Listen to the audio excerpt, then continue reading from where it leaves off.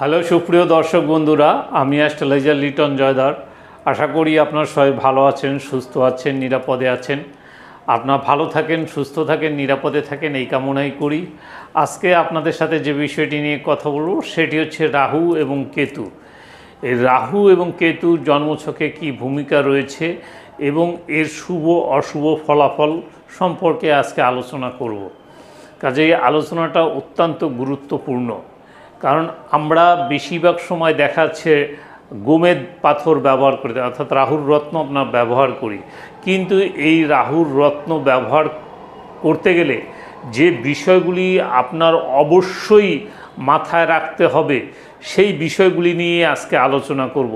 কারণ এই ভিডিওটি অত্যন্ত গুরুত্বপূর্ণ, যা না দেখলে আপনি মিস করবেন। কাজেই আজকের এই ভিডিওর সাথে থাকুন এবং আজকের যে বিষয়গুলি রয়েছে এগুলি আপনি মিলিয়ে দেখবেন যে আপনার জীবনে সেগুলি হচ্ছে কি না।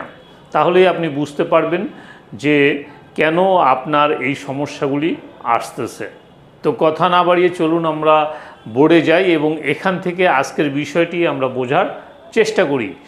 এটি হচ্ছে আপনার ইস্ট ইন্ডিয়ান একটি জন্মছকের প্যাটার্ন, আর এর প্রথম রাশি হচ্ছে মেষ রাশি, আর এটা হচ্ছে বৃষ রাশি, মিথুন রাশি, কর্কট রাশি, সিংহ রাশি, কন্যা রাশি, তুলা রাশি, বৃশ্চিক রাশি, ধনু রাশি, মকর রাশি, কুম্ভ রাশি,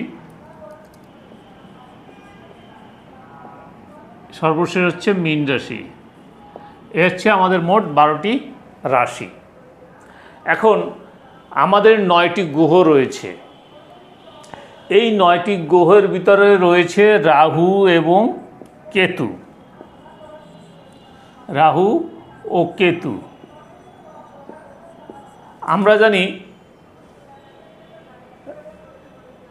যে 9টি গ্রহ রয়েছে এর ভিতরে 7টি গ্রহেরই এখানে নিজস্ব ঘর রয়েছে, অর্থাৎ মেষ থেকে মীন পর্যন্ত প্রতিটা গ্রহেরই নিজস্ব অবস্থান রয়েছে। কোনো গ্রহ 2টি ঘর পেয়েছে, কোনো গ্রহ 1টি ঘর পেয়েছে, অর্থাৎ একটি রাশির অধিপতি গ্রহ সে হয়েছে। কিন্তু রাহু এবং কেতু এর কোনো নিজস্ব ঘর নেই, রাশিচক্রে কিন্তু এদের কোনো ঘর নেই, কিন্তু এরা অন্যের ঘরে বসবাস করে। যেমন রাহুর অবস্থান কিন্তু অনেকে এই মিথুন রাশিতে ধরে, অনেকে বৃষ রাশিতে ধরে, আবার অনেকে কেতুকে ধনুরাশিতে ধরে, আবার এখানে ধরে। তো সেটা যাই হোক না কেন, সেটা হচ্ছে তার নিজের ঘর না। তো এখানে কিন্তু এরা কিন্তু শুভ ফল দিয়ে থাকে, অর্থাৎ রাহু এবং কেতু এই অবস্থানে যদি কখনো থাকে তখন সেটি শুভ ফল দিয়ে থাকে। আরেকটি বিষয় রয়েছে, রাহুর যে মিত্র গ্রহ যেমন শুক্র, শনি, বুধ, এই যে 3টি গ্রহ এদের যে সমস্ত ঘর রয়েছে, অর্থাৎ যেমন বুধের ঘর এইটা, বুধের ঘর এইটা, অর্থাৎ এই যে দেখেন তার মিত্র ঘরে রয়েছে, এখানেও তার এটা মিত্র ঘর। তা যেই মিত্র ঘরে সে শুভ ফল দেবে। এখানে শনির ঘর, এখানে রাহু থাকলে, এখানে রাহু থাকলে আপনার এই শনির ঘরে যদি রাহু থাকে সেখানে সে শুভ ফল দিবে, কারণ হচ্ছে এটি তার মিত্র ঘর বা বন্ধু ঘর।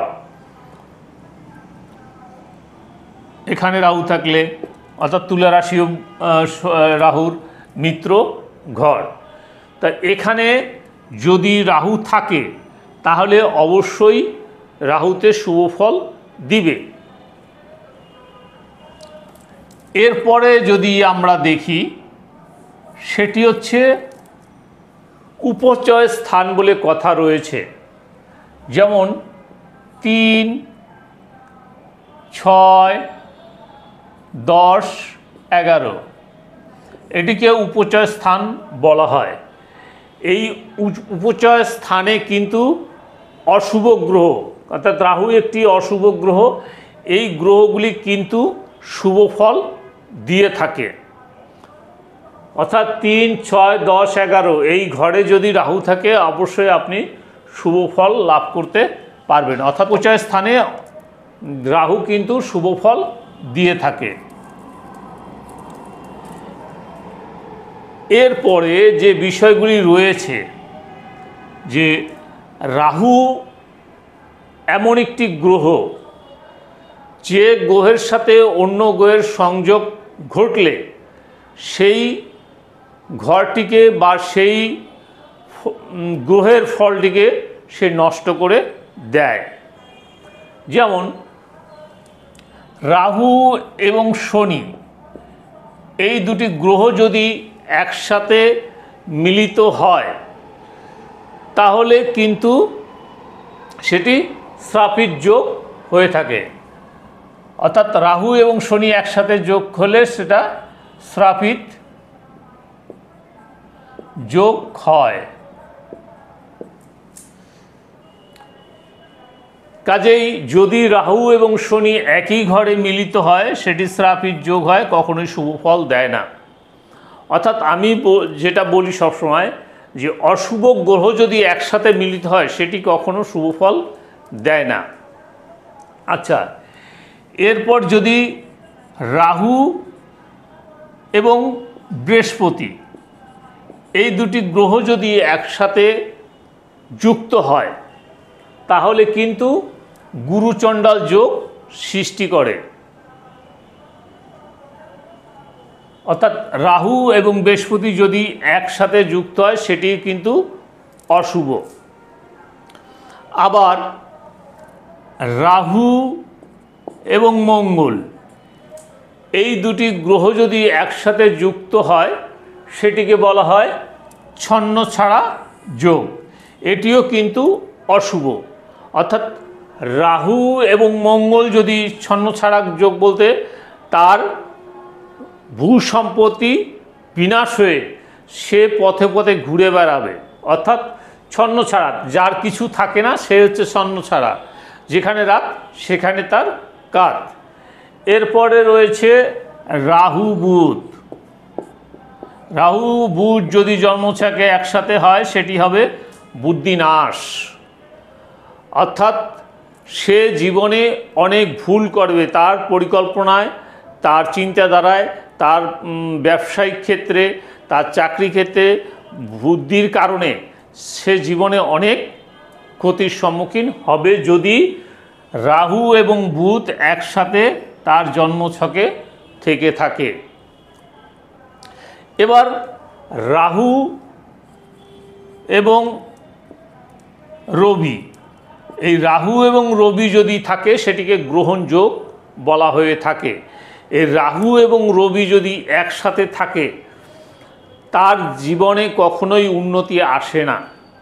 অর্থাৎ যেখানেই যাবে সেখানেই বাধা, যা করবে সেখানেই তার সমস্যার সৃষ্টি হবে, বাধার পর বাধা, সমস্যার পর সমস্যা অতিক্রম করে তার জীবনে আগাতে হবে।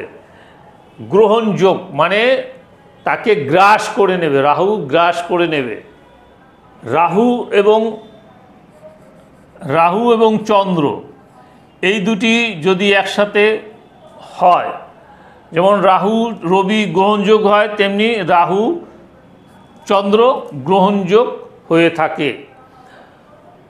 এই গ্রহণযোগ যেমন আমাদের সূর্যগণ চন্দ্রগণ শুনি যে সূর্যকে গ্রাস করে নেয়, চন্দ্রকে গ্রাস করে নেয়, তখন পৃথিবী অন্ধকারময় হয়ে ওঠে।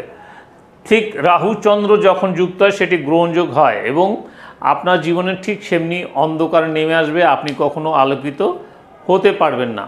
এই রাহু মঙ্গলকে কিন্তু যেমন ছন্নছাড়া যোগ বলা হয়, আবার কিন্তু এটিকে অঙ্গার যোগও বলা হয়ে থাকে। অর্থাৎ রাহু প্লাস মঙ্গল এটিকে অঙ্গার যোগও বলা হয়ে থাকে। তাহলে এই যে আমরা যে বিষয়গুলি দেখলাম, রাহু এবং অন্যান্য গ্রহের সংযোগের ফলে যে অশুভ যোগ সৃষ্টি হয়, সেই যোগগুলি কিন্তু মানব জীবনের জন্য কখনোই সুখকর না। সুতরাং আপনার জন্মছকে যদি এভাবে কোনো যোগ থেকে থাকে, তাহলে আপনি অবশ্যই কোনো জ্যোতিষের পরামর্শ নেবেন বা জ্যোতিষের কাছে এসে আপনি সেই বিষয়গুলি নিয়ে আলোচনা করবেন এবং সমাধান নেওয়ার চেষ্টা করবেন, যাতে করে আপনার জীবনে কোনো সমস্যা না আসে। আশা করি আজকের এই ভিডিও থেকে আপনি অনেক কিছু জানতে পেরেছেন, বুঝতে পেরেছেন। তো ভিডিওটি যদি ভালো লাগে তাহলে একটি লাইক, একটি শেয়ার, একটি কমেন্ট করবেন এবং পরবর্তীতে কী ধরনের ভিডিও দেখতে চান আমাকে লিখে জানাবেন। আমি সেই অনুযায়ী ভিডিও বানিয়ে আপনাদেরকে উপহার দেওয়ার চেষ্টা করব। পরবর্তী ভিডিও পর্যন্ত আপনার সবাই ভালো থাকুন, সুস্থ থাকুন, নিরাপদে থাকুন, এই কামনা করে আজকের মতো বিদায় নিচ্ছি। সবাইকে অনেক অনেক ধন্যবাদ।